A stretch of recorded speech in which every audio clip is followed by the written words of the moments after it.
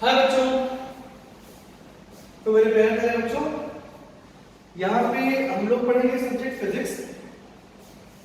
और फिजिक्स में आपका जो चैप्टर्स होगा तो देखिए कुछ ऐसे होगा।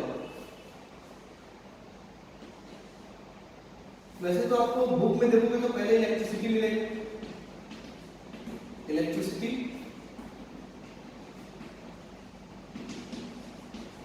Magnetic effect of current,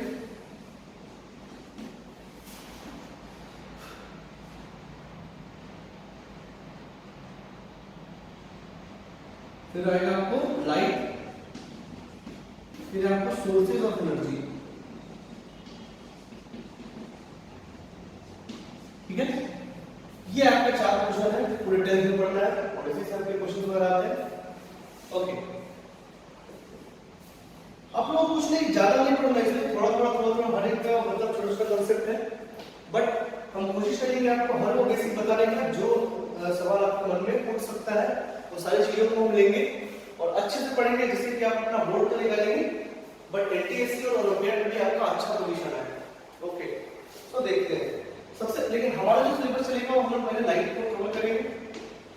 light, क्योंकि इन चारों क्वेश्चन में सबसे ज्यादा क्वेश्चन जो आपको पूछ जाएंगे वो लाइट से ही पूछ जाएंगे। ठीक है, तो लाइट एक बहुत क्रूशियल चैप्टर है, इसको थोड़ा ढंग से पढ़ेंगे, अच्छे से पढ़ेंगे और इसमें कोई हार्ड चीज नहीं है, सब बहुत सिंपल होगा। लाइट आपने पहले भी एक क्लास में पढ़ा होगा थोड़ा बहुत। ठीक है, यहाँ पे लाइट पढ़ेंगे, उसके बाद हम लोग फिर पढ़ेंगे इलेक्ट्रिसिटी। इलेक्ट्रिसिटी ये भी बहुत खूबसूरत सा चैप्टर है। फिर आएगा magnetic effect, magnetic effect of current, और फिर हम लोग पढ़ेंगे sources of energy, sources of energy. ठीक है, ये हमारा लेक्चर फ्लो होगा इस तरीके से। ठीक है, तो मैक्सिमम टाइम हम इसी में बिताएंगे क्योंकि ये बहुत बड़ा टॉपिक भी है। आप लोगों को भले इतना नहीं पढ़ना है, बट फिर भी हम कोशिश करेंगे कि हर वो टॉपिक को कवर करें जिससे कि आपको मन में कोई डाउट न रहे। ओके बच्चों, इसके लिए जो आप बुक परचेज करें, एक तो है आप जो एनसीईआरटी तो सभी लोग खरीदते ही हो, जो कि बेसिक बुक है और अच्छी बुक भी है, तो इसमें सारे क्वेश्चन सब अच्छे रहेंगे। ओके ओके, और आप लोग अलग से भी एक बुक परचेज कर लीजिएगा,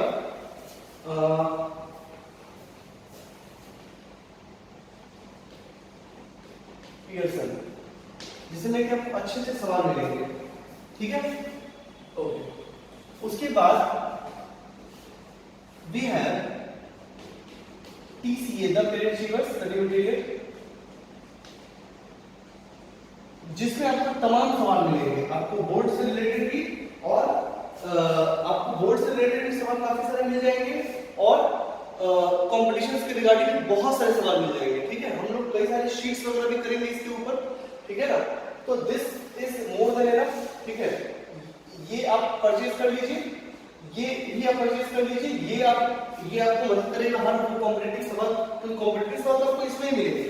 ठीक है, बट इसमें भी आपको कुछ अलग भी और भी सवाल मिल सकते हैं, अच्छे और भी अच्छे लेवल्स के। ठीक है, तो जो बंदा बहुत जो इंटरनेशनल ओलंपियाड और ओलंपियाड वगैरह में और अच्छा करना चाहता है वो पेशेंट करेंगे। TCA study material is composed of everything, इसमें सारे लेवल्स के सवाल मिलेंगे आपको, that is the best book.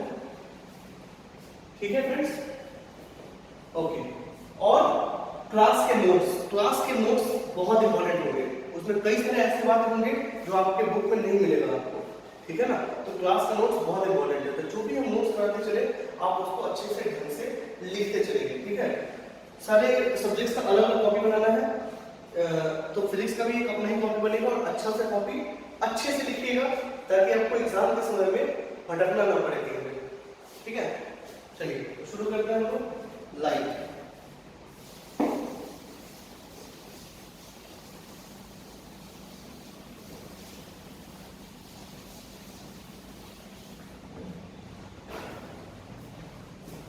जब आप पियर्सन वाली बुक खरीदेंगे ना फ्रेंड्स, तो उसमें सिर्फ आपको इतने ही 4 टॉपिक नहीं होंगे, उसमें और भी कई सारे टॉपिक्स होंगे।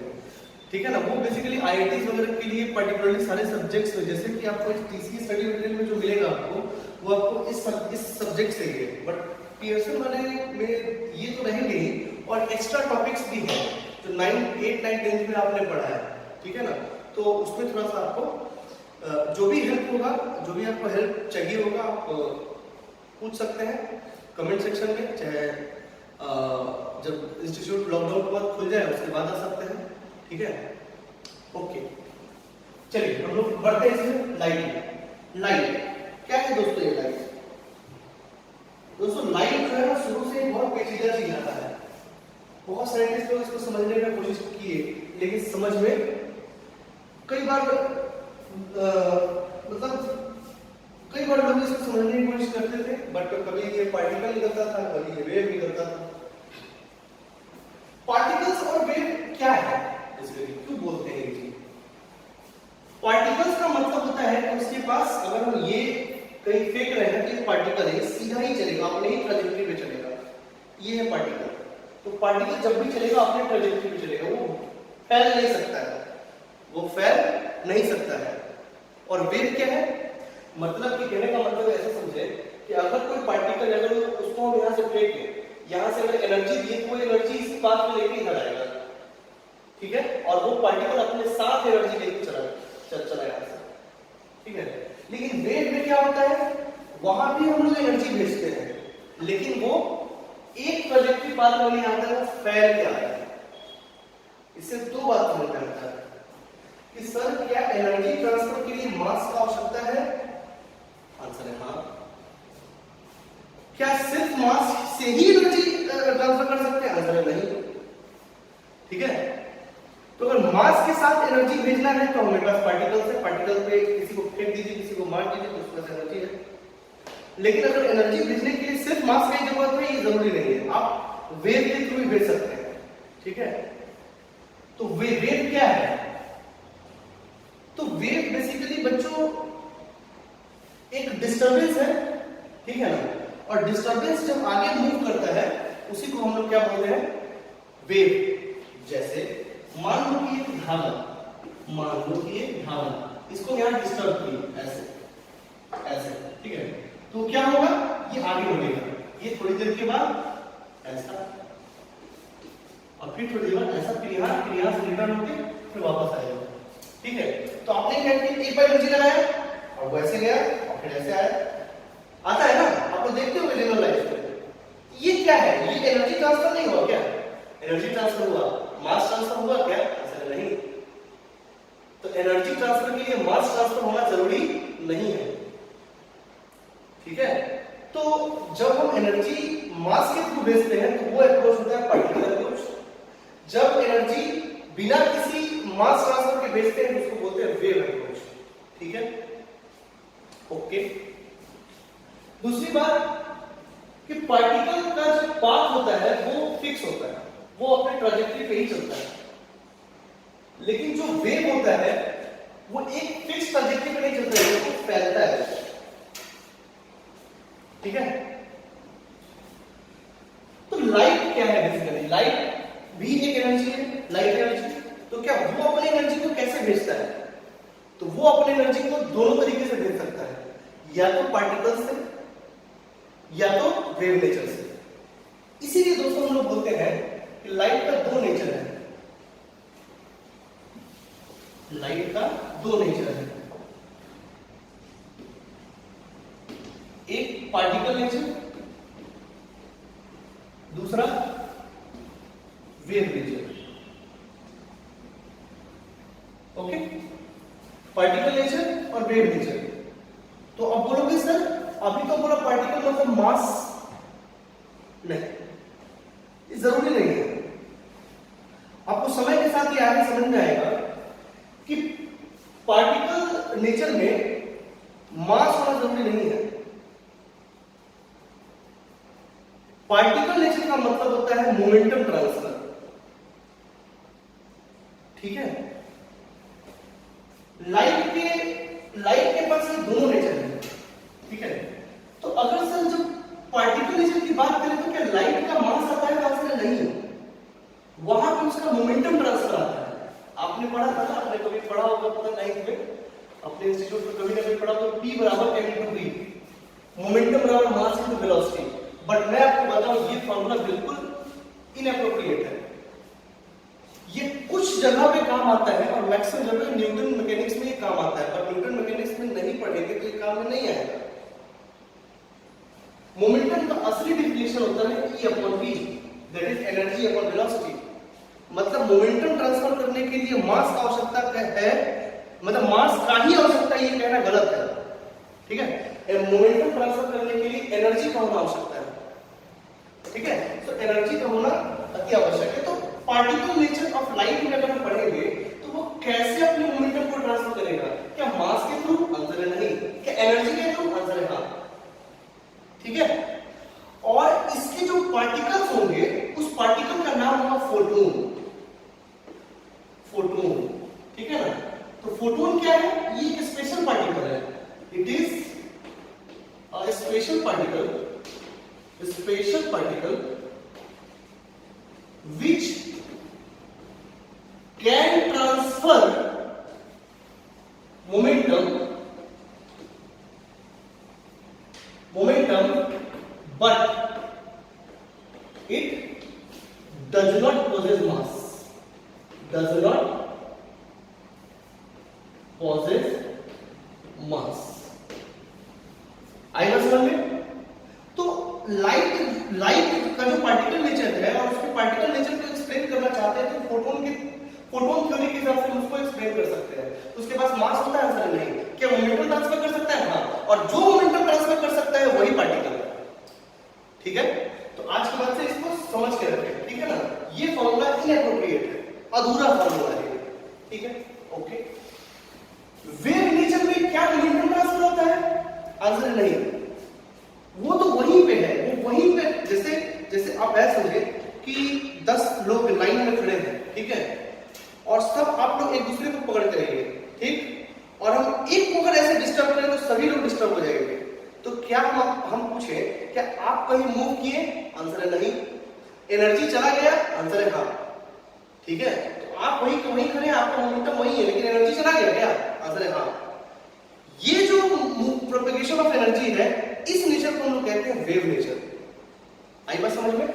तो ये हो गया वेव नेचर, मतलब transfer of energy, transfer of energy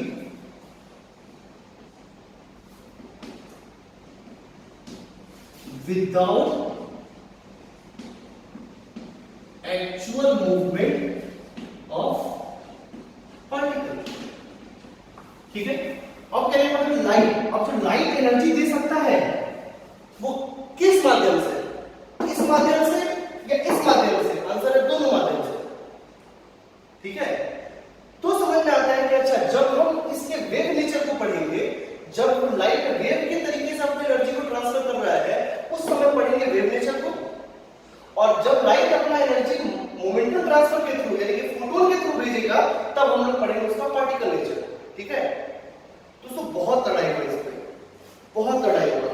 Newton साहब इसमें भी आए थे। न्यूटन साहब ने पहले क्या बोला लाइट को कि लाइट एक पार्टिकल है, मतलब लाइट पार्टिकल, इसका नाम उन्होंने कॉर्पुसल्स दिया। उन्होंने बोला कि लाइट जो है ना वो कॉर्पुसल से बना है। सुनिएगा, ज्यादा इंपॉर्टेंट नहीं आपके लिए, बट आगे जाओगे तो इंपॉर्टेंट आएगा, 12th में पढ़ना है।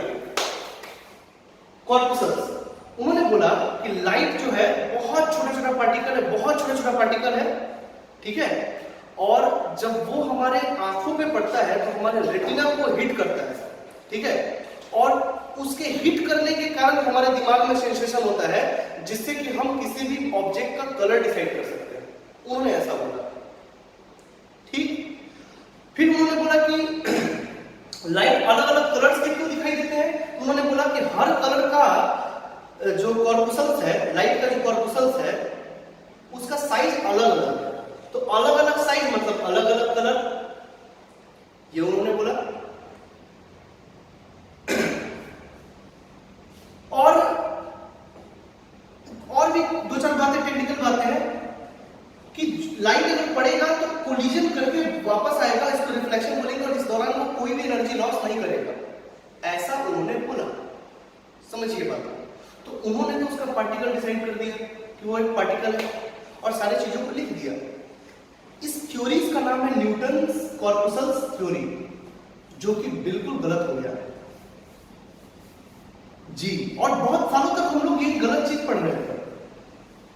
फिर हमारे सामने हाइजेन आया। हाइजेन साइंटिस्ट का नाम है हाइजेन। हाइजेन ने ये बताया कि लाइट के पास पार्टिकल नेचर नहीं है, वेव नेचर है। ठीक है, न्यूटन साहब ने, याद रखिए दोस्तों, उन्होंने कोई एक्सपेरिमेंट नहीं करा था, उन्होंने अपने दिमाग से उन्होंने बताया था ये सारी बातें सोच के, उसका कोई प्रूफ अवेलेबल नहीं था। अब न्यूटन जी तो न्यूटन जी हैं, उनकी बातों को कौन काटे। तो वहां से हम लोग को ये बात समझ में आ गया कि न्यूटन जी को बताया, उसको सही मान के चल रहा है, तो हम लोग सही मान के चल रहे थे और सब कुछ लगभग सही आ भी रहा था। बट थ्योरेटिकली ये रॉन्ग किसने प्रूव किया? हाइजेन ने। हाइजेन ने क्या बोला कि भाई साहब लाइट वेव नेचर का है, वेव नेचर का है, ये इसके पास कॉर्पuscles नाम का कोई भी चीज, ये सब गलत है, ये वेव नेचर का है और ये अपने एनर्जी को सिर्फ वेव के थ्रू ही ट्रांसफर कर सकता है। ठीक है, उन्होंने ये बोला, बट उनके पास कोई प्रूफ नहीं था। और न्यूटन जी तो न्यूटन जी हैं, उनको उनके बात को सिर्फ थ्योरेटिकली कोई दूसरा बात करके काट देंगे तो हो नहीं सकता था, उसके लिए प्रूफ चाहिए था। तो हाइजेन साहब ने ये बोला था कि लाइट जो है इंटरफेरेंस शो करता है, इंटरफेरेंस और डिफ्रैक्शन क्या होता है, थोड़ी देर में आपको समझ में आ जाएगा। ऐसा समझिए कि लाइट फैलता है, वेव नेचर का मतलब होता है फैलना। जैसे आप अपने, जैसे बगल वाले, मान लीजिए एक टब है, उस टब में अगर आप एक ड्रॉप, अगर एक पेबल, छोटा सा पत्थर गिरा दें तो क्या होगा? ऐसे फैलेगा, फैलेगा।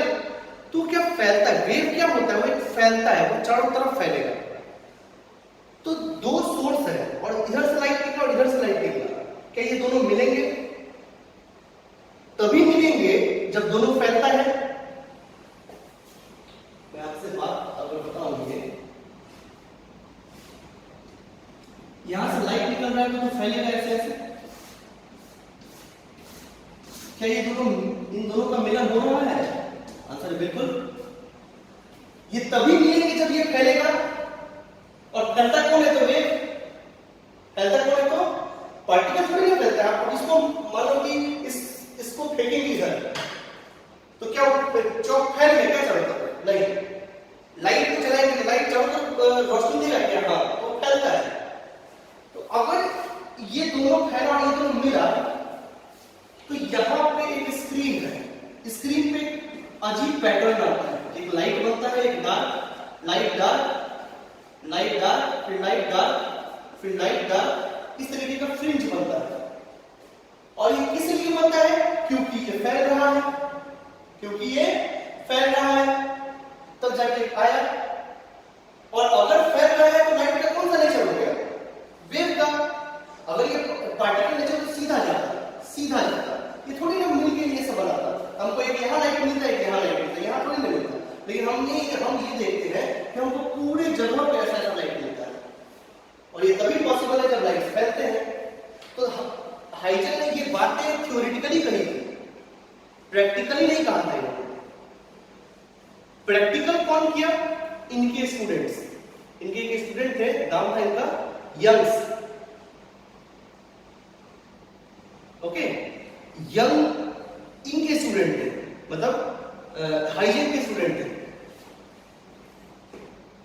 और उन्होंने एक्चुअली उनके सेटअप में कुछ गड़बड़ी था, इसके कारण नहीं आ रहा था। तो यंग ने क्या किया?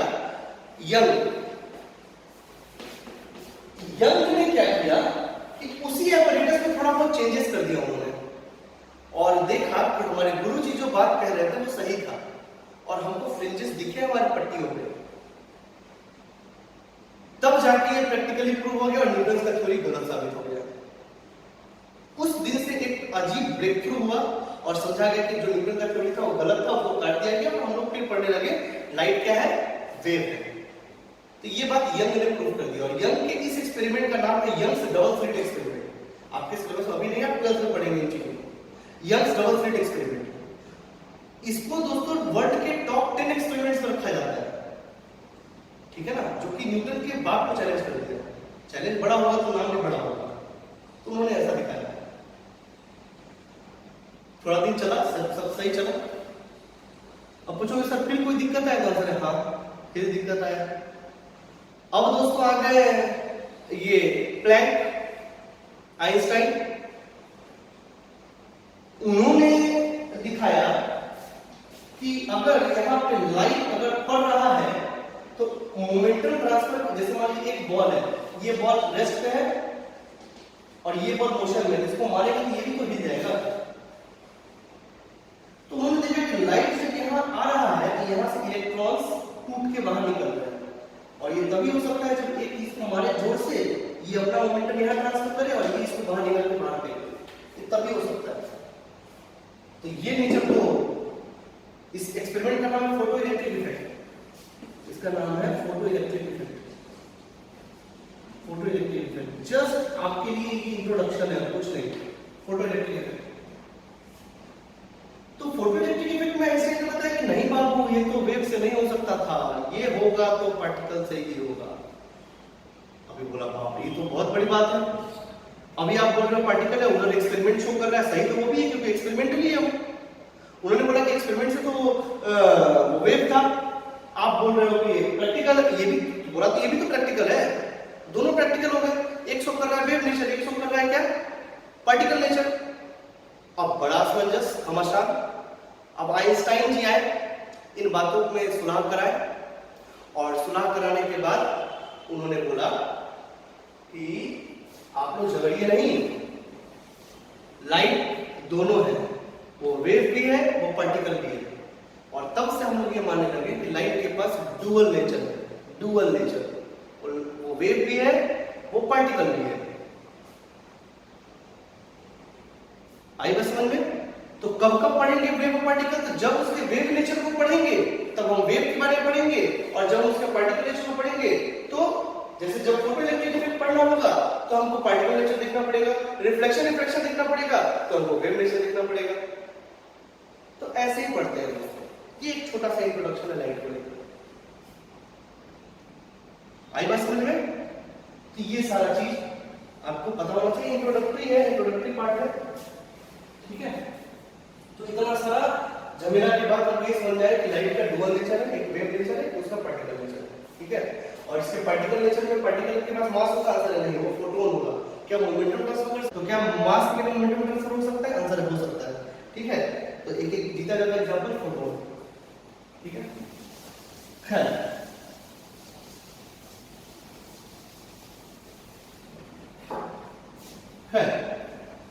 हमको इस नेचर के बारे में कोई डिस्कशन नहीं करना, ठीक है, क्योंकि ये आपको पढ़ना नहीं है, ठीक है। ये जस्ट इंट्रोडक्शन था। इसमें इस वेव नेचर में, इस वेव नेचर के हिसाब से आपके जितने भी इसके टाइप, जैसे इसमें देखो, इसमें क्या क्या है, इसको एक्सप्लेन करने के लिए photo electric effect, photo electric effect, ठीक है। एक है कॉम्पटन इफेक्ट। दोस्तों ये सारी बातें जो है आपको आप आगे जाके पढ़ोगे, ठीक है ना। ये आपके सिलेबस में अभी नहीं है तो आप इसमें चर्चा ना करें, हमने इंट्रोडक्शन कर दी काफी सारा, इसमें आपको नहीं पढ़ना, ठीक है। कभी टाइम मिला तो हम आगे बता सकते हैं, कोई दिक्कत वाली बात नहीं। इसमें आपको आएगा इंटरफेरेंस, इंटरफेरेंस, डिफ्रैक्शन। अब डिफ्रैक्शन क्या है दोस्तों? फैलना। हम एक टॉर्च जलाएंगे और पास में है तो थोड़ा सा छोटा सा दूर जाएंगे तो क्या होगा? फैलेगा ना, ठीक है ना। वो डिफ्रैक्शन की वजह से फैलता है, इसी को डिफ्रैक्शन फिनोमेना पर डिफ्रैक्शन बोलते हैं। और डिफ्रैक्शन भी कौन कर सकता है? वेव कर सकता है। फैलने वाला काम वेव ही करता है, ठीक है। तो डिफ्रैक्शन, रिफ्रैक्शन, रिफ्रैक्शन, ठीक है। तो दोस्तों हम लोग के सिलेबस में जो ये पढ़ना है, ठीक है, ये हम लोग को अभी नहीं पढ़ना है, ये सब अभी हम लोगों के सिलेबस में नहीं है, ठीक है ना। हालांकि आपको धीरे धीरे जो 12 में जाओगे इस सबको, ये 12 में सब कुछ पढ़ना है, बट आपको 10th में यही दोनों पढ़ना है, ठीक है। इंटरफेरेंस मैंने आपको बताया क्या होता है कि दो सोर्स है, दो सोर्स, और इनके फैलने की वजह से जो फ्रिंजेस बनते हैं, जो फ्रिंजेस बनते हैं, जो फ्रिंजेस बनते हैं इसको बोलते हैं इंटरफेरेंस। मतलब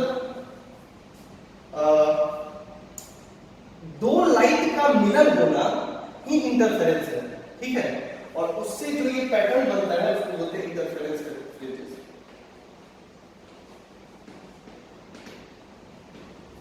ठीक है। और डिफ्लेक्शन क्या होता है? तो एक सोर्स है, अगर यहां से देखा कि यहां सोर्स है और इसको बोलते हैं बेसिकली ओपनिंग बोलते हैं, ठीक है। यहां से अगर लाइट देंगे तो सिर्फ यहीं तक नहीं दिखाई देगा आपको, इधर भी दिखाई देगा, मतलब इतना ही दूर का नहीं दिखाई देगा आपको, यहां भी लाइट मिलेगा। ये होता है डिफ्लेक्शन, है मोटे तौर पे। इसकी बहुत मैथमेटिक्स है इसके पीछे, हम लोग बाद में पढ़ेंगे इसको। उसके बाद हम लोग क्या पढ़ना है? रिफ्लेक्शन। और रिफ्लेक्शन यही हमारे टॉपिक में है मुख्य रूप से, ठीक है। तो अब हम लोग ज्यादातर ध्यान रिफ्लेक्शन पे चलेंगे। और पहला टॉपिक है रिफ्लेक्शन, ठीक है। एक छोटा सा चीज और देखें,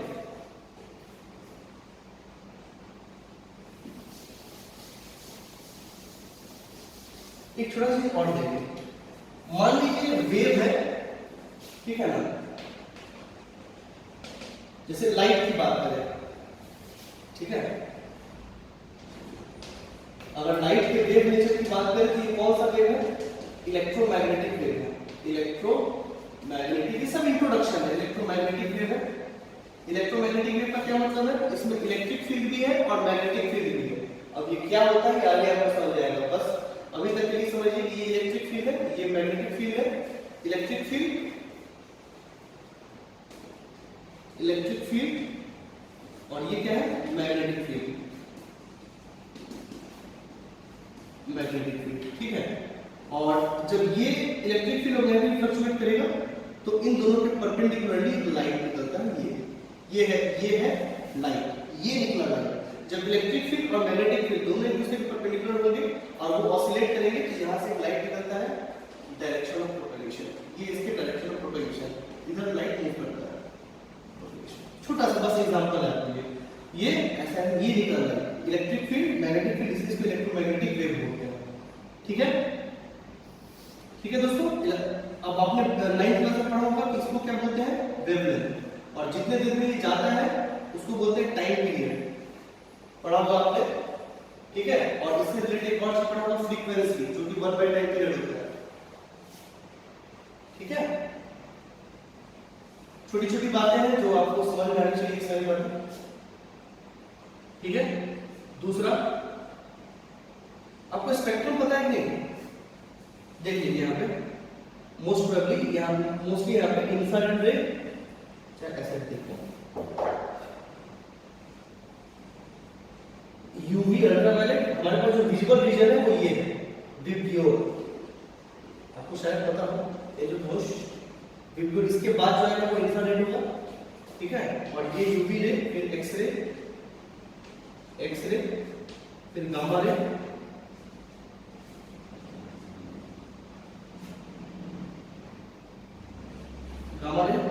फिर इंफ्रारेड रे, माइक्रोवेव, रेडियो वेव, ये इसको बोलते हैं इलेक्ट्रोमैग्नेटिक स्पेक्ट्रम, ठीक है। इलेक्ट्रोमैग्नेटिक लाइट आएगा तो सभी में लाइट आ सकता है, ठीक है ना। ऐसा नहीं किसी जो दिखता है वही लाइट है, नहीं, लाइट ऐसा नहीं हो सकता जो नहीं भी दिख सकता है, ठीक है ना। आपको इतना ही दिखता है बस, हमारे आंख का सेंसेशन यही है, जो कि 400 नैनोमीटर से 700 नैनोमीटर तक है। इसके बाद जो होगा वो इंफ्रारेड होगा, इसके पहले अल्ट्रावायलेट, फिर उसके बाद जाएंगे तो माइक्रोवेव, जैसे से बढ़ गई अलग अलग सीक्वेंस है। तो आपके नॉलेज में वो आप इतने पे ध्यान दीजिए, ठीक है। तो इतना देख सकते हैं, इसके बाद इंफ्रारेड, इसके पहले अल्ट्रावायलेट, ठीक है। ये सारी बातें आप लिख लीजिए, आप वीडियो पॉज करके लिख सकते हैं, ठीक है। एक बात और लिख लीजिए, एक बात और देखिए, मैं आपको समझाऊं। अगर लाइट किसी भी मीडियम पे गिरता है, अगर ये लाइट किसी भी मीडियम पे गिरता है, ठीक है, तो दो चीज हो सकता है, तीन चीज हो सकता है। एक तो रिफ्लेक्ट करेगा, दूसरा एब्जॉर्ब, और तीसरा ट्रांसमिट। ये दोस्तों आप याद रखिए, अगर ये इंसिडेंट रे है, देखिए आप लिख लीजिएगा, ये है इंसिडेंट ये है रिफ्लेक्टेड,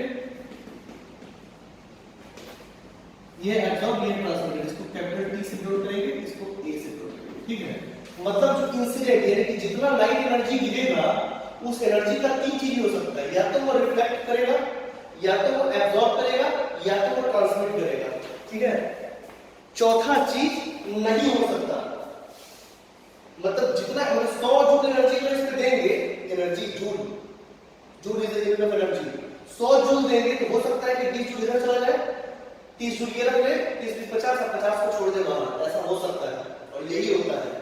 अब ये डिपेंड करता है मटेरियल टू मटेरियल, कौन कितना एब्जॉर्ब करेगा, कौन कितना रिफ्लेक्ट करेगा, कौन कितना ट्रांसमिट करेगा, तो उसकी एक प्रॉपर्टी होती है हर मटेरियल का, वो हम लिखते हैं यहाँ पे।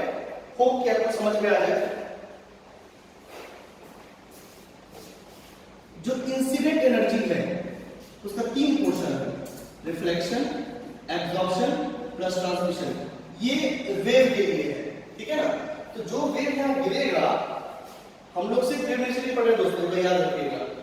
तो जो वेव गिर रहा है, जितना एनर्जी गिरा रहा है इस पे, वो उस एनर्जी का तीन चीज हो सकता है, ठीक है। या तो रिफ्लेक्ट करेगा, या तो एब्जॉर्ब करेगा, या तो ट्रांसमिट करेगा, ठीक है। ये कहानी, ठीक। अगर हम दोनों साइड आई से डिवाइड कर दे, दोनों साइड आई से डिवाइड कर दे, तो ये क्या आएगा 1, ये क्या आएगा, इसको बोलते हैं रो, ये इसको बोलते हैं अल्फा, और इसको बोलते हैं टाउ। इसको टाउ बोलते हैं दोस्तों, याद रखिए। टाउ टाउ टाउ कई सिंबल्स आएंगे तो आपको याद होना चाहिए। इसको टाउ बोलते हैं, टाउ। इसको बोलते हैं अल्फा, ये तो पता होगा आपको। इसको बोलते हैं रो, रो ना नहीं, रो सिंबल है, ठीक है। और ये 1, इसको क्या बोलते हैं, इसको बोलते हैं रिफ्लेक्टिविटी, रिफ्लेक्टिविटी। इसको क्या बोलते हैं, एब्जॉर्प्टिविटी, एब्जॉर्प्टिविटी। इसको क्या बोलते हैं, ट्रांसमिसिविटी, ट्रांसमिसिविटी, ठीक है। अब कोई बॉडी कितना रिफ्लेक्ट करेगा वो उसके रो पे डिपेंड करता है। एक बॉडी कितना एब्जॉर्ब करेगा वो इसके अल्फा पे डिपेंड करता है, और एक बॉडी कितना ट्रांसमिट करेगा वो इसके टाउ पे डिपेंड करता है। आई बात समझ लो। और ये तीनों जुड़ के एक आने वाला है, वो तो पक्की बात है। फॉर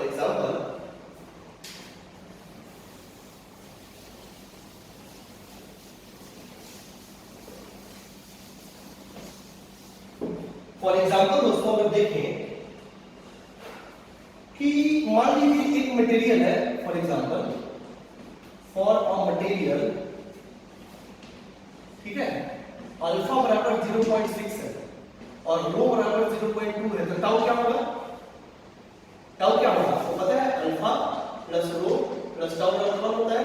अल्फा रो दिया हुआ है तो दोनों जोड़ दीजिए, तो टाउ बराबर क्या हो गया 1 माइनस, ये दोनों जोड़ेंगे तो 0.8 आएगा, ये 0.2, ठीक है। अब आपसे पूछा कि अगर ये 100 है, अगर ये 100 जूल गिरा है, तो ऐसे बॉडी का, इस मटेरियल का, वो रिफ्लेक्ट कितना करेगा, रो, यानी कि 20 जूल रिफ्लेक्ट कर देगा। 100 का 0.2 20 जूल, अल्फा 0.6 मतलब 60 जूल ये एब्जॉर्ब कर लेगा, और 0.2 यानी कि 20 जूल ये ट्रांसमिट कर देगा। मतलब कि 100 जूल अगर लाइट गिरा इस पे, तो 0.2 क्या होगा, यानी कि 20 जूल, 20 जूल मतलब क्या 0.2 into 100, ठीक है ना। इतना रिफ्लेक्ट कर जाएगा, 0.6 into 100 मतलब 60 जूल क्या होगा, एब्जॉर्ब कर जाएगा, और 0.2 into 100 20 जूल क्या करेगा, बाहर भाग जाएगा। तो 100 जूल ये दो मिला के 100 जूल हुआ। एक बात दोस्तों आप याद रखिए, ठीक है। दूसरी बात कि हम लोगों को अभी प्रेजेंट केस के लिए इस पे कोई ध्यान नहीं देना, ये हमारे सिलेबस में नहीं है, ठीक है। जब हम रिफ्लेक्शन पढ़ेंगे तो हम लोग इसके बारे में पढ़ेंगे, ठीक है। और मानेंगे कि टाउ 0 है, टाउ क्या है 0 है। मतलब रिफ्लेक्शन का केस पढ़ रहे हैं तो हमसे ये मत पूछिएगा कि उस समय कितना रिफ्रैक्ट हुआ, कितना ट्रांसमिट हुआ, इससे हमको कोई मतलब नहीं है। मतलब आइडियल केस में टाउ क्या है, 0 है, मतलब जो लाइट पड़ रहा है वो पूरा का पूरा रिफ्लेक्ट हो रहा है, ठीक है, आइडियल केस में, ठीक है ना। अल्फा नंबर लाइट पड़ रहा है, टाउ ट्रांसमिट, ट्रांसमिट में रिफ्रैक्शन बोलते हैं इसको, ये पढ़ेंगे रिफ्लेक्शन में।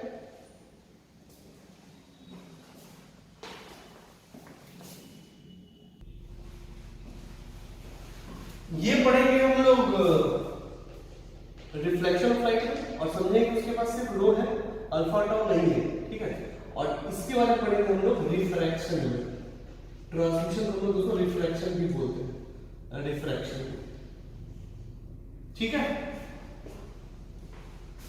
ठीक है। तो हम लोग रिफ्लेक्शन पढ़ेंगे, रिफ्लेक्शन पढ़ेंगे, अल्फा के बारे में हमको कोई चर्चा करने की आवश्यकता नहीं है, वो हमारे सिलेबस में नहीं है, वो रेडिएशन वगैरह पार्ट में आता है, ठीक है। तो हम लोग बेसिकली ये बातें समझ में आनी चाहिए। एक बार हम लोग ये पढ़ेंगे, फिर हम लोग ये पढ़ेंगे, ये हम लोग सिलेबस में है, ठीक है, ओके, चलिए।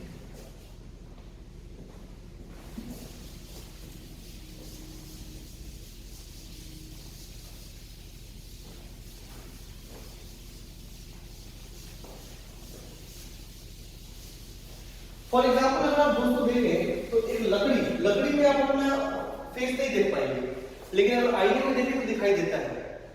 तो आईना में क्या है, बेसिकली आईना के पीछे क्या लगा हुआ है, आईना के पीछे क्या लगा हुआ है, आईना के पीछे सिल्वर नाइट्रेट का, आप देखे होंगे ये ग्लास होता है और उस ग्लास के पीछे क्या करते हैं, सिल्वर नाइट्रेट का सॉल्यूशन चढ़ाते हैं, ठीक है ना, इसको सिल्वर सॉल्यूशन बोलते हैं। तो ये चढ़ाते हैं, क्यों चढ़ाते हैं, क्योंकि इस मटेरियल का रिफ्लेक्टिविटी बहुत अच्छा होता है, इसीलिए हमको फोटो दिखता है, समझ आ रहा है ना, इसका रिफ्लेक्टिविटी बहुत अच्छा होता है, ये इसका ट्रांसमिसिबिलिटी बहुत पुअर होता है, ठीक है। अगर हम मान लें कि अल्फा 0 है इसका, तो rho plus alpha plus tau क्या होता है, 1, अल्फा 0 है तो rho plus tau is equal to 1। तो रो अगर बहुत अच्छा है, मान लो कि 0.98 है, ये तो 0.01 ही होगा, 0.2 ही होगा, होता है, बट ये बहुत छोटा होगा, that can be neglected, okay. तो इसीलिए हम सिल्वर का बल्ब लगाते हैं, तो इसलिए हमको फेस दिखता है, उसका रिफ्लेक्टिविटी बहुत अच्छा होता है। आई बात समझ में, ओके, चलिए।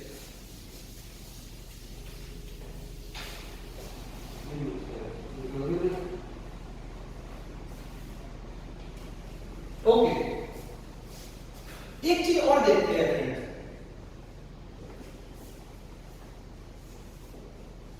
रिफ्लेक्शन होने के लिए जैसे मतलब आपको दिखे, आपको पिक्चर दिखे, आप देख पाओ अपने पिक्चर को, इसके लिए जो होता है ना, दो चीज का आवश्यकता है, एक तो उसका रिफ्लेक्टिविटी अच्छा होना चाहिए और दूसरा वो स्मूथ होना चाहिए, दूसरा वो क्या होना चाहिए, स्मूथ होना चाहिए, तभी दिखेगा। आप शीशे का बुरादा ले लीजिए, शीशे का चूर करके बुरादा ले लीजिए, उस बुरादा को एक जगह पे चिपका दीजिए, पूरा फेविकॉल पर चिपका दीजिए पूरा, और उसमें शक्ल देखिए, आपको दिखाई नहीं देगा, है तो वो शीशा ही। आप आईना को तोड़ के और सबको पीस के और एक जगह चिपका दीजिए, आपको नहीं दिखेगा। क्यों नहीं दिखेगा, क्योंकि वो रफ हो गया है, क्या हो गया है, रफ हो गया है, इसलिए आपको उसमें अपना शक्ल नहीं दिखेगा, ठीक है ना। तो शक्ल दिखने के लिए, यानी कि परफेक्ट चीजों को ऑब्जर्व करने के लिए आपको दो चीज का आवश्यकता है, एक तो उसका रिफ्लेक्टिविटी अच्छा होना चाहिए, दूसरा वो स्मूथ होना चाहिए, ओके। तो देखिए रिफ्लेक्शन, ओके, रिफ्लेक्शन में दो टाइप के रिफ्लेक्शन होते हैं, एक होता है डिफ्यूज रिफ्लेक्शन,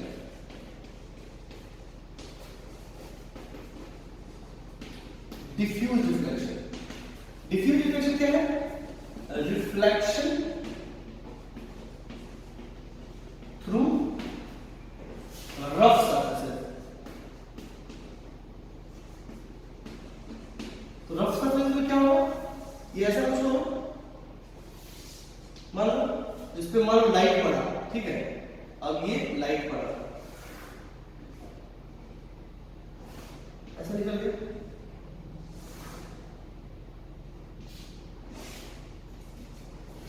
ऐसा हो गया,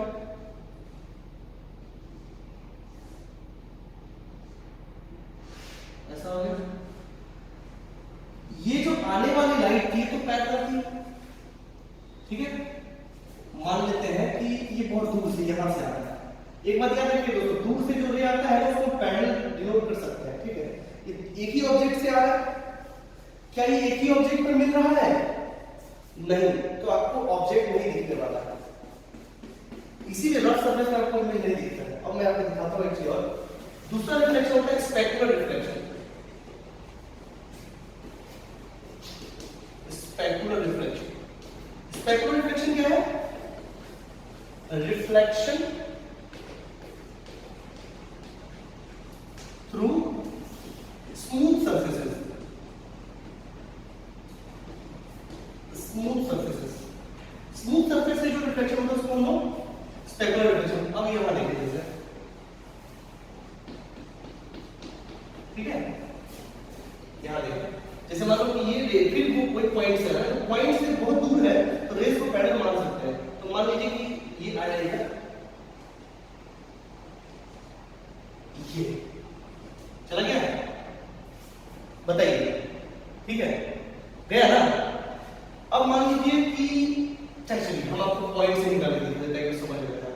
मान लीजिए इसी पॉइंट से, ठीक, चलिए यहीं से ऐसा गया, ठीक, और ये ऐसा करते हैं इक्वल एंगल बना के। आपने एक को बड़ा मान इक्वल एंगल बना निकलता है, हम ध्यान देखेंगे ये, ठीक है। अब देखिए इसको, ये दोनों मिला नहीं मिलेगा, लेकिन पीछे बैक ट्रेस करेंगे यहां पे मिलेगा, यानी कि इसके ये देखिए ये ऑब्जेक्ट है और ये इमेज, ये दोनों एक ही जगह पे मिल रहा है आंसर। हाँ, इसलिए आपको इसमें इमेज दिखता है। इसमें देखिए हम एक ऑब्जेक्ट से निकाल के दिखा रहे थे, हम एक ऑब्जेक्ट से निकाल के दिखा रहे थे, वो भी देखिए,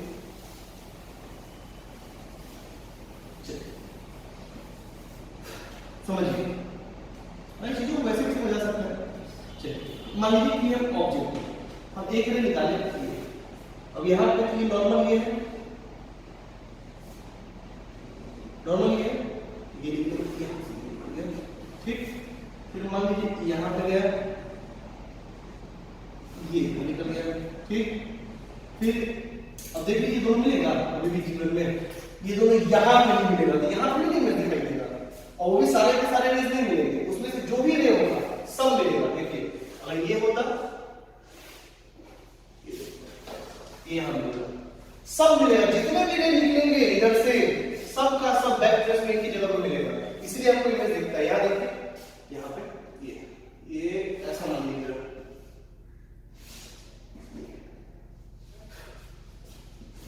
आपको कोई नहीं मिलेगा पीछे, कुछ भी नहीं। ये देखिए ये और ये मिला यहां पे, ये मिला यहां पे। फिर अब किसको मिला है? अब इसको कोई भी मिला लीजिए, इसको और इसको मिला लीजिए, ये तो रह गया यहाँ पे और ये कभी नहीं मिलेगा, जबकि सारे के सारे रेस को मिलने चाहिए, कभी नहीं मिलेगा, ये वहां कहीं जाके मिलेगा। मतलब सारे के सारे रे मिलके एक जगह पे एक इमेज नहीं बनाएगा। तो इसलिए आपको दोस्तों इसमें आपको इमेज दिखने वाला नहीं है, लेकिन इसमें इमेज दिखने वाला है, ठीक है। हम लोग के सिलेबस में दोस्तों यही पढ़ना है, स्पेक्युलर रिफ्लेक्शन, ठीक है। तो इसको थोड़ा ध्यान से पढ़ेंगे, ठीक है। कई बार हम क्या करते हैं, आपको पूछता है इस तरह, ठीक है, तो आपको ध्यान होना चाहिए, ठीक है। यहां पर प्लीज लिखिए, लिखना हो तो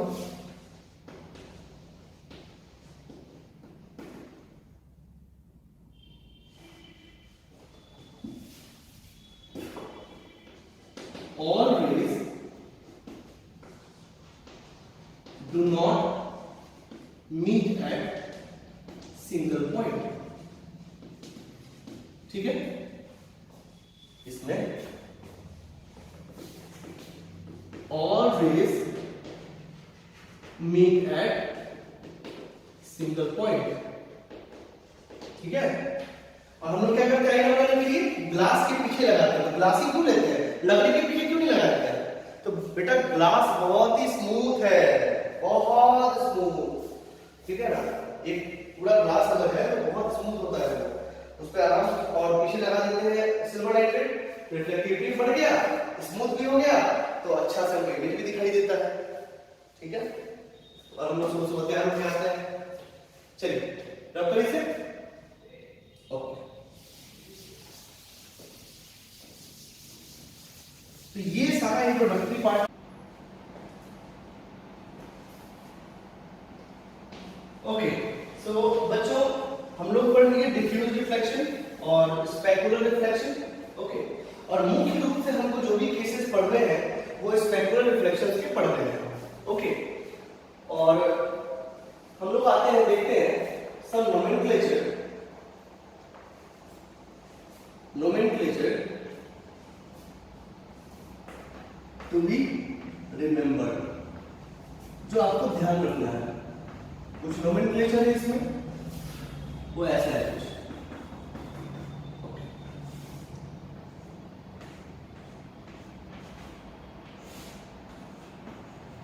ये इंसिडेंट रे, इसको बोलते हैं इंसिडेंट रे, इसको बोलते हैं रिफ्लेक्टेड रे, इसको बोलते हैं नॉर्मल। नॉर्मल का मतलब होता है सरफेस के परपेंडिकुलर। ओके, ये है आई, ये है आर, ये मान लीजिए अल्फा। ओके, तो ये एंगल, ठीक है। ओके, अब इसमें ध्यान रखने वाली बात कौन सी है दोस्तों? ये है एंगल आई, ठीक है। एंगल आई को क्या बोलते हैं? Angle of incidence. और ये क्या है? Angle between incident ray and normal. Okay, फिर आता है दोस्तों एंगल आर। ये क्या है? Angle of reflection. ये क्या है? Angle between reflected ray and normal. Okay, फिर आता है दोस्तों एंगल अल्फा। अल्फा क्या है? इसको बोलते हैं ग्रांसिंग एंगल। और ये क्या है? Angle between incident ray and surface. Okay, एक और चीज देखिए दोस्तों, ध्यान रखिएगा, वो जैसे ये इंसिडेंट रे है, तो इसका डायरेक्शन तो ये है ना, वो तो ऐसे जाना चाह रहा था, वो शीशे की वजह से क्या होगा, मुड़ गया। तो कितना मुड़ा? इतना, यानी ये इधर आ रहा था और इसको ये ऐसे मुड़ गया। सो दैट इज इस डेल्टा को बोलते हैं दोस्तों एंगल ऑफ डेविएशन।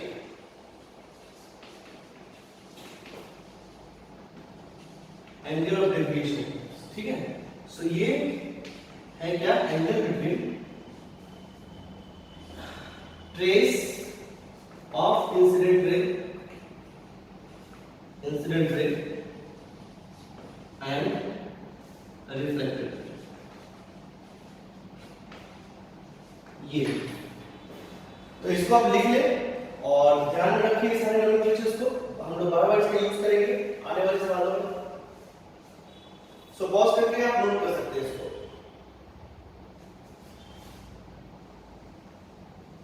ओके दोस्तों, अब हम लोग देखेंगे लॉज ऑफ रिफ्लेक्शन। ओके दोस्तों, लॉज एक्चुअली लॉ क्या होता है, मतलब पूछा आपसे लॉ क्या होता है तो आप क्या बोलोगे? तो देखिए, आपको बताते हैं कि जैसे फिजिक्स क्या है बेसिकली, अगर बात करें तो फिजिक्स है बेसिकली दोस्तों नेचुरल फिनोमेनास को जब हम स्टडी करते हैं with the help of mathematical tools and laws, उसी को बोलते हैं फिजिक्स। एज फॉर एग्जाम्पल, जैसे हम बात करें कि एक आदमी चल के आया बहुत दूर से और बोला कि हम पूछे उसे कितना दूर चल के आए हो, तो बोला 10 किलोमीटर चल के आया, ठीक है। तो वो जो दूरी तय करके आया, तो दूरी तय करना इज अ नेचुरल फिनोमेना, है कि नहीं? लेकिन क्या हम उसको क्वांटिफाई कर सकते हैं? क्या हम दूरी को मैथमेटिकल रूप से जान सकते हैं? आंसर है हाँ। लेंथ का यूनिट होता है मीटर, हम उसको आराम से क्वांटिफाई कर सकते हैं। तो दूरी यानी कि लेंथ दोस्तों हुआ आपका फिजिकल क्वांटिटी, ठीक है। बहुत सारे ऐसे नेचुरल फिनोमेना हैं जो फिजिकल क्वांटिटी नहीं है।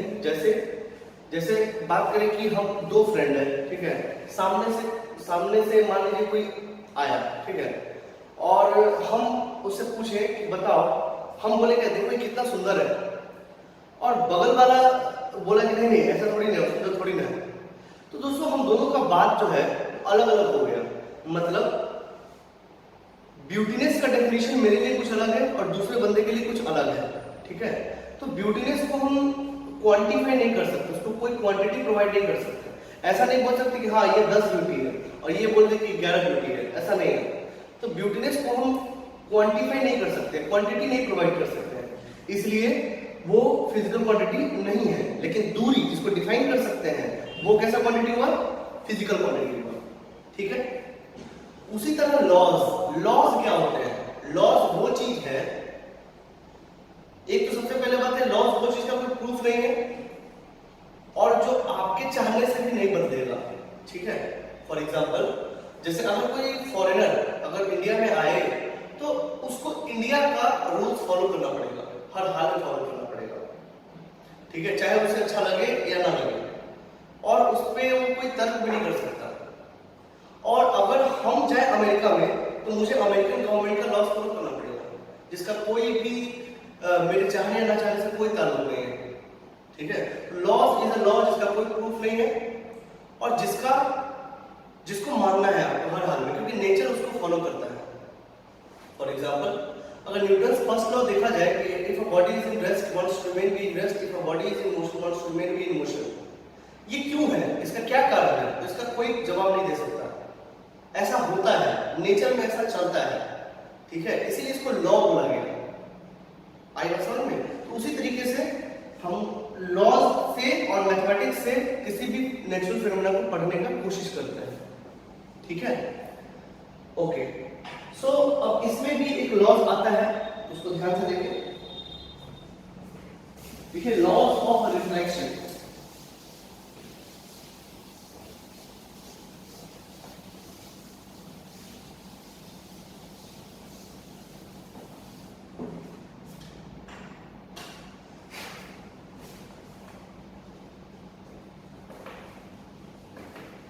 Laws of reflection, law of reflection क्या कहता है?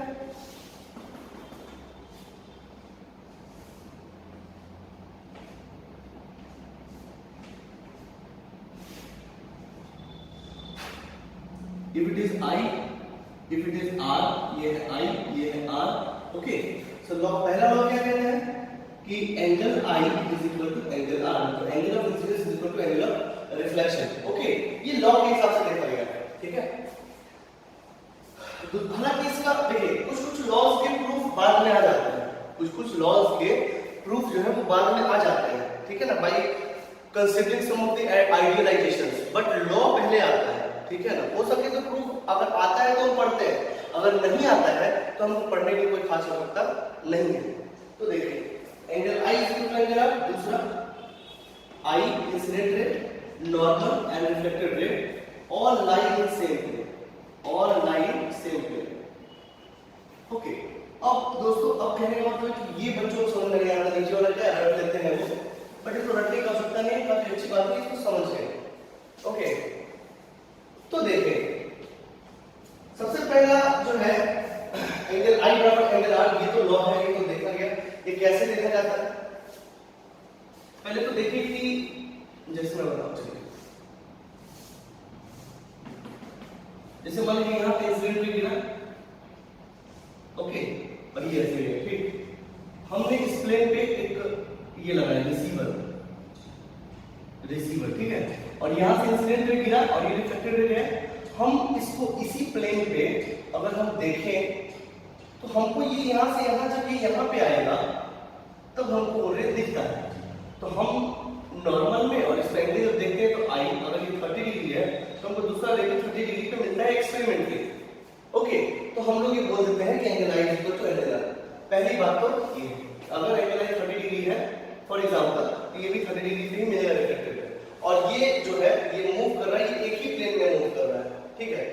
चलिए मैं बताता हूँ प्लेन का कांसेप्ट क्या है, प्लेन किसको बोलते हैं। दोस्तों आज ये पढ़ेंगे और हमेशा याद रखेंगे क्योंकि ये बहुत ही इंपॉर्टेंट कांसेप्ट है। देखिए जैसे आपको पूछा जाए कि सबसे छोटा फिगर, सबसे इनिशियल फिगर क्या है, तो पॉइंट, ठीक है, क्या है, पॉइंट। मैथमेटिक्स में सबसे छोटा फिगर क्या है, पॉइंट, ओके। उसके बाद point point point point point point मिलकर क्या बनाता है, लाइन। ठीक है, बहुत सारे पॉइंट मिला के क्या बना, लाइन। ओके, उसी तरह line line line line line जोड़ के क्या बना, प्लेन। क्या बोला गया, प्लेन। उसी तरह बहुत सारे प्लेन को जोड़ा जाएगा तो क्या बना, वॉल्यूम या स्पेस। ठीक है,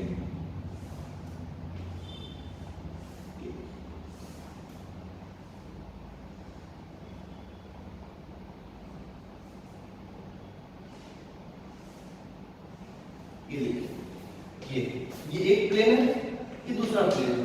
तो ऐसे ऐसे प्लेन इसमें कितने हैं, इसको बोलेंगे वॉल्यूम और स्पेस, वॉल्यूम और स्पेस। ठीक है, अब दोस्तों हम आपसे पूछें कि एक लाइन में कितने पॉइंट्स, तो इनफाइनाइट। एक प्लेन में कितने लाइंस, इनफाइनाइट। एक वॉल्यूम में, एक स्पेस में या फिर स्पेस में कितने प्लेन्स, क्रॉस सेक्शन एरिया, बहुत सारे, इनफाइनाइट। बहुत सारे प्लेन है, इनफाइनाइट। ओके, तो चाहे इसको लिख सकते हैं।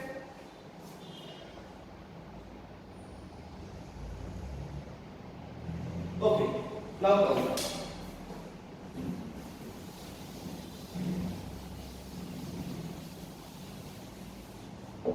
अब देखिए, अब इसका दूसरे वाले का मतलब क्या है कि जैसे मान लीजिए कि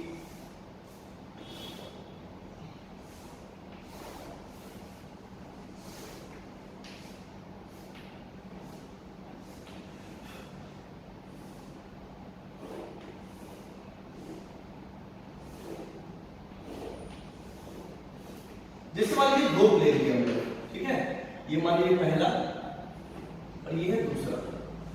ठीक है, तो मान लीजिए कि इस प्लेन में अगर इंसिडेंट रे है तो इसी प्लेन में इसका नॉर्मल भी होगा और इसी प्लेन में इसका रिफ्लेक्टेड भी होगा। ठीक है, अगर हम बात करें इस प्लेन का, अगर इसमें कोई इंसिडेंट रे है तो इसी प्लेन का नॉर्मल होगा और इसी प्लेन का क्या होगा, और इसी प्लेन का क्या होगा, आपको ये होगा रिफ्लेक्शन। ठीक है, ऐसा नहीं हो सकता कि इंसिडेंट इसका हो और रिफ्लेक्टेड रे इसमें जाके गिर जाए। ठीक है दोस्तों, अगर ये यही बोलता है कि आई एन आर और लाइन सेम प्लेन, देखिए आई एन आर, ये आई एन आर ये एक ही प्लेन में, ये एक ही प्लेन में, इसका रिफ्लेक्शन इस प्लेन में हो रहा है, इसका रिफ्लेक्शन इस प्लेन में हो रहा है। ठीक है, तो अगर ऐसा नहीं होता, अगर इंसिडेंट नॉर्मल एक प्लेन में रहता, रिफ्लेक्टेड दूसरे प्लेन में जाता तो प्राण निकल जाते दोस्तों इस सवाल बनाने में। ठीक है, तो भूलने की बात है कि ऐसा नहीं है। ठीक है, तो ये मतलब है इसका आई एन आर और लाइन सेम है। ठीक है, और इसको आप कैसे चेक कर सकते हैं, जैसे मान लीजिए ये बोर्ड एक प्लेन है, ऐसे ऐसे अगर मान लीजिए पूरे क्लासरूम में देखा जाए तो ऐसे ऐसे बोर्ड कितने लगाए जा सकते हैं, इनफाइनाइट। इनफाइनाइट मतलब एक शीट अगर बना लिया जाए, इसको प्लेन क्या एक शीट है बेसिकली, अगर इसको काट के निकले, अगर इसको हम काट के निकाले इस प्लेन इसमें से वॉल्यूम में से, एकदम शीट निकले, पतला सा शीट, तो वैसे पतले शीट पतला शीट पतला शीट कितना हो सकता है, इनफाइनाइट। उसी तरह मान लीजिए बोर्ड भी एक प्लेन है जिसमें आप फिगर ड्रॉ कर रहे हैं। ठीक है, प्लेन।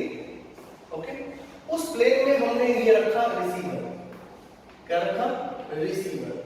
ठीक है, और उसी प्लेन में हम इसको ऐसे ऐसे क्या कर रहे हैं, इसको मूव करवा रहे हैं। ठीक है, तो मूव करवा रहे हैं तो हमको सारी चीजों का पता चल जाएगा इससे कि अगर ये 30 एक तो प्रोसेसर सेम प्लेन में ही मिला, अगर इंसिडेंट रे इस प्लेन में है तो रिफ्लेक्टेड भी इसी प्लेन में मिला। दूसरी बात कि अगर ये 30 डिग्री पे है तो हमको यहां से जब हम 30 डिग्री मूव किए तो हमको यहां पे मिलेगा। यहां पे दोस्तों ऐसे ऐसे बना होगा, ये एंगल्स है, ये एंगल्स है बेसिकली। ठीक है, तो हमको पता चल जाएगा कि पहले ये पता चल जाएगा कि एक ही प्लेन में मिल रहा है, दूसरा ये भी हमको पता चल जाएगा इस एक्सपेरिमेंट से। Is this okay? इसको आप ड्रॉ कर ले और इसको आप हमेशा याद रखेंगे, हमेशा। ठीक है, बहुत काम की चीज है। ओके, लिख डाले। सो होप आपको ये समझ में आया।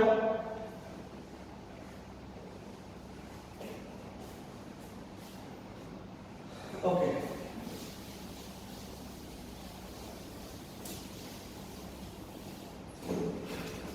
बच्चों इसमें एक चीज और देखें,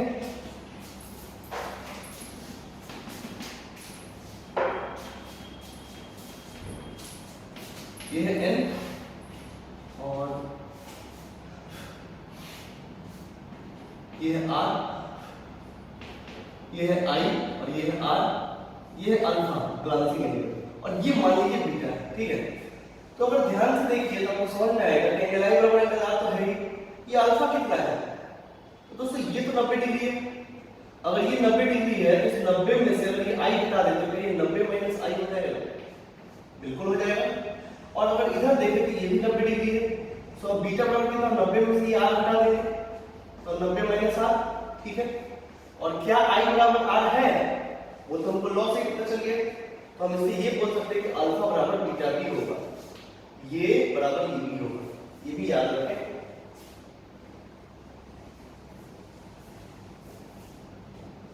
ओके, दूसरी बात उसके लिए यहां देखिए,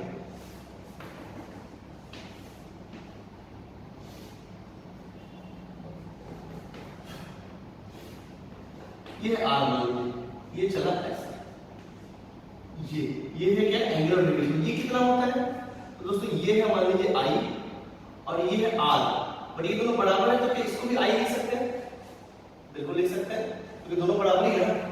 तो अगर देखा जाए डेल्टा कितना होता है, तो दोस्तों अगर ये सीधा लाइन है तो ये पूरा एंगल कितना होगा, अगर देखा इसे पूरा एंगल कितना होगा 180, अरे पढ़ा है ना आपने 180, so delta plus 2i, delta plus 2i बराबर 180 डिग्री, ठीक है। तो डेल्टा बराबर क्या होगा 180 माइनस 2i, ये भी दोस्तों आप याद रखें, ये दोनों बात याद, ये बाद में काम आएगा, आप अभी लिख ले और इसको समझ के रखें, लिख लीजिए।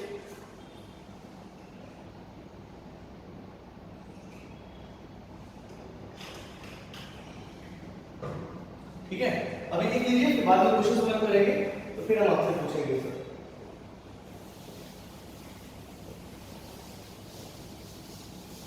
चलिए फिर कुछ और बातें देखते हैं जिसमें कि हमको आपको एक और चीज समझाना है। जैसे देखिए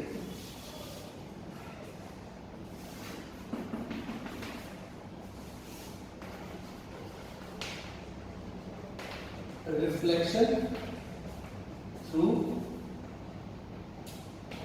प्लेन मिरर, इसको दोस्तों प्लेन मिरर बोलते हैं, ठीक है। प्लेन मिरर, स्फेरिकल मिरर भी होता है, वो भी बाद में देखेंगे, पहले ही देखिए प्लेन मिरर देखिए, ठीक है। प्लेन मिरर, ठीक है, for a point object, for a point object. और जो जो बात बोली उसको ध्यान से सुनिएगा, एक एक बात।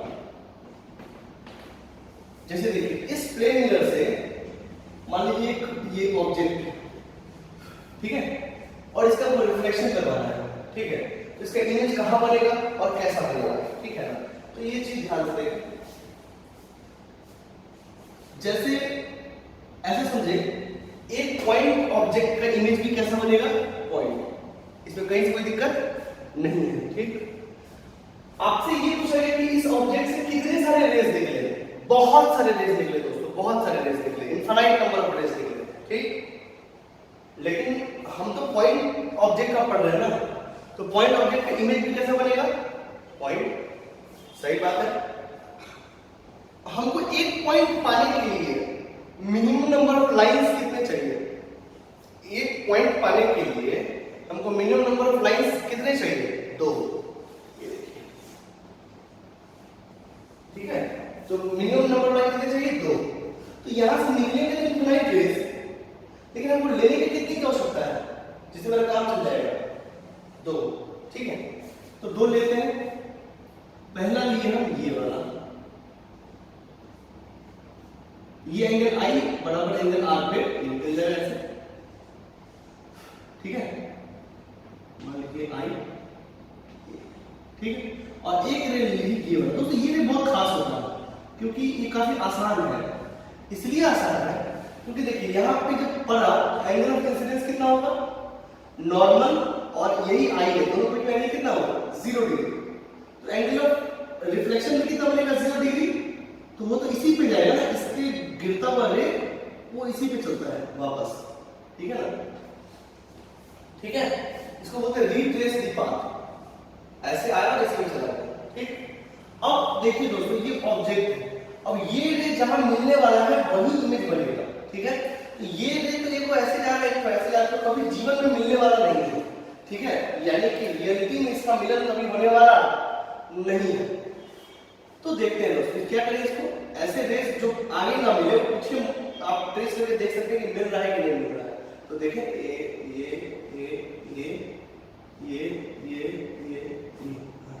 यहाँ मिल गया, तो यही दोस्तों आई बनेगा। अब कहा जाए कि कौन सा इमेज है, क्या ये रियली में मिला है, आंसर है नहीं। क्या ये वर्चुअली में मिला है, आंसर है हाँ। तो इसको बोलेंगे वर्चुअल इमेज, वर्चुअल इमेज। ये वर्चुअल इमेज वर्चुअल दुनिया है, जैसे कि आप आईने में अपना शक्ल देखते हैं उधर नजर आता है ना, वो दुनिया थोड़ी है, तो वर्चुअल दुनिया है। ठीक है, तो वर्चुअली मिला है। ओके, समय के साथ रियल इमेज और वर्चुअल इमेज और भी समझ में आ जाएगा। खैर इसमें देखिए एक चीज और, अब कहने का मतलब मान लीजिए ए और ये है बी। ठीक, इसमें एक चीज दोस्तों और आपको देखना पड़ेगा, आप पढ़ोगे अभी 10th में कंग्रुएंसी कंडीशन। कंग्रुएंसी कंडीशन, ठीक है, कंग्रुएंसी कंडीशन कब होता है, जब दो ट्रायंगल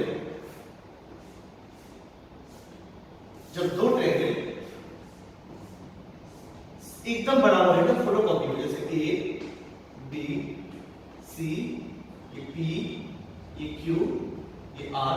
ठीक है, ये जब भी कंग्रुएंट बोला जाएगा जब AC बराबर PR हो जाएगा, जब AB बराबर PQ हो जाएगा, और जब BC बराबर QR हो जाएगा। ये यानी कि कॉरस्पॉन्डिंग साइड्स बराबर होंगे, यानी कि ये बराबर ये होगा, ये बराबर ये होगा, ये बराबर ये होगा। तो ऐसे को कह सकते हैं SSS कंग्रुएंसी कंडीशन। कंग्रुएंसी कंडीशन, हाँ कंग्रुएंसी कंडीशन, ठीक है, कंग्रुएंसी कंडीशन। ठीक है, side side side, all the corresponding side, ये इसके बराबर, ये इसके बराबर और ये इसके बराबर। तो इसको लिखने का तरीका है दोस्तों, ट्रायंगल ABC इस कंग्रुएंट, ये है कंग्रुएंसी है इक्वल टू के साइन पे ऐसे लिख दीजिए, और ये ट्रायंगल PQR। ओके, हाँ आप इसको QR के लिए लिख सकते हैं, और कंडीशन अगर ऐसा है तो आप QR के लिए लिख सकते हैं। ये नोमेनक्लेचर है, आपको धीरे धीरे आगे अपने मैथ्स में समझ में आ जाएगा। मुझे थोड़ा सा काम है इसलिए मैं आपको थोड़ा बता रहा हूं। ठीक है, ये कंडीशन, और जब ये हो गया तो इसके सारे एंगल इसके बराबर होंगे, ये इसके बराबर हो जाएगा, ये इसके बराबर हो जाएगा, और ये इसके बराबर हो जाएगा, मतलब एंगल्स के बराबर हो जाएगा। तो ऐसे कई सारे कंग्रुएंसी कंडीशन है दोस्तों, आप पढ़ोगे SSS, उसके बाद ASA, SAS, RHS, ये side side side, angle side angle, side angle side, R right hand, hypotenuse और कोई साइड। ये चार कंग्रुएंसी कंडीशन आप लोग 10th में पढ़ोगे। ठीक है, आपको मैथ्स में पढ़ाया जाएगा ये सारी कंडीशन है। ठीक है, उसी को देख के हम यहाँ पे देखते हैं, क्योंकि मुझे एक चीज चाहिए इसमें, क्या चाहिए देखिए, जैसे हम यहाँ देखिए in triangle OAB and triangle IAB, OAB लिया मैंने, IAB ही लेना पड़ेगा। ठीक है, अब देखिए, अब कहने का मतलब है कि सबसे पहले ये एंगल बराबर ये एंगल है, angle OAB is equal to angle IAB, that is equal to 90 degree, है कि नहीं, 90 है ना। ओके, अच्छा ये जो साइड है AB के दोनों में है, इस ट्रायंगल में भी है और इस ट्रायंगल में भी है, तो दोनों तो बराबर होगा, AB बराबर AB, इसको बोलते हैं कॉमन। तो इस साइड दोनों बराबर हो गए दोनों में। दूसरा दोस्तों ये कितना होगा, 90 माइनस I। ठीक, अच्छा ये I है, ये R था, दोनों बराबर, इसलिए इसको I लिखा है, तो ये I के लिए कितना I वर्टिकली हम पूछ देंगे, आपने पढ़ा होगा बचपन में। ये कितना होगा, ये पूरा 90 है ना, ये भी तो 90 माइनस I ही होगा। ठीक है, ये एंगल बराबर है, तो लिखेंगे एंगल OBA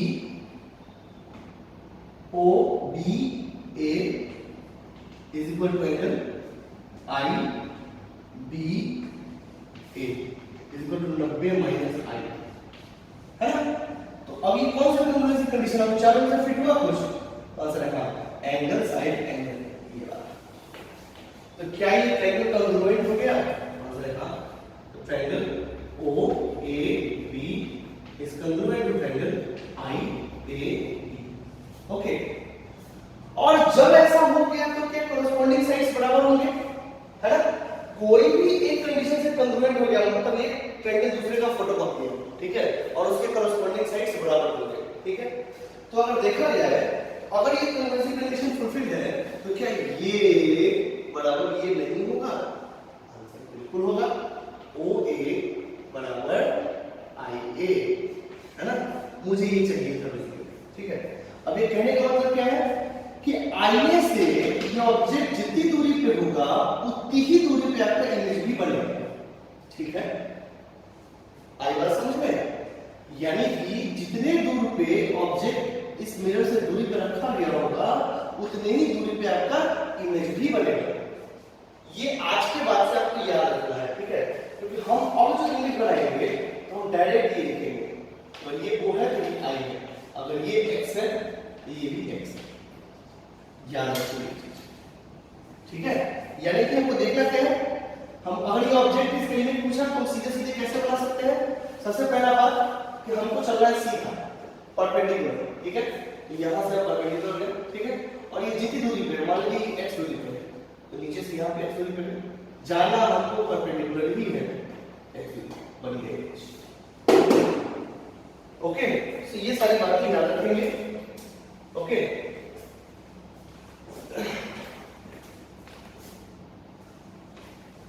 तो दोस्तों हम लोगों ने इसमें सीखा कि लॉ ऑफ रिफ्लेक्शन क्या होता है। लॉ ऑफ रिफ्लेक्शन को मद्देनजर रखते हुए हम लोगों ने कई सारी बातें प्रूव करी, और एक छोटा सा एग्जांपल थे reflection through plane mirror for point object. ये हमने आपको प्रूव करके बताया कि कहां पे फिजिकली ये बनता है। तो आने वाले समय में हम बार-बार ये रेस नहीं ड्रॉ करेंगे, हम बस ये लिख के ये बनाएंगे तो आपको समझ में आ जाना चाहिए कि ऐसा होता है, ठीक है। तो ये बेसिकली जस्ट इंट्रोडक्शन क्लास था, तो इसमें इतना काफी है, आप इसको पढ़िए घर पे जाके। कुछ भी नहीं समझ में आया तो आप कमेंट सेक्शन में कमेंट कर सकते हैं, ओके। और ठीक है, बाकी हम लोग नेक्स्ट क्लास में इसको आगे करेंगे, ठीक है। तब तक के लिए धन्यवाद, हैव अ नाइस डे।